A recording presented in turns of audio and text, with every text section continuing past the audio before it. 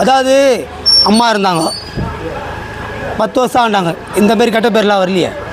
இதே இன்னைக்கு ஒரே கொல்லை இந்த எங்கள் ஏரியாவில் திட்டியே போகாது. இன்னைக்கு எல்லா ஊரில் 30,000 40,000 இந்த லேப்டாப்புக்கான பணம் வரும். இந்த இங்கே எப்படி எதனால்? அப்போ அரசாங்கம் சரியில்லை, யாருமே சரியில்லையே. நீ நல்லது பண்ணால் நல்லது பண்ணுவாங்க. ஓட்டு நீ கேட்க வேணாம், தானாகவும்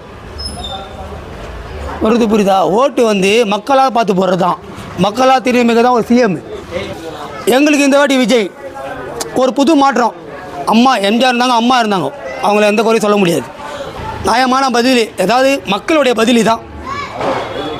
இப்போது விஜய் பிச்சாரத்துக்கு போகிறதுக்கு இவ்வளோ கூட்டக்குது. உதயநிதி ஸ்டாலின் போனார், கை மட்டும் தான் காட்டுற, ஜனமே இல்லை.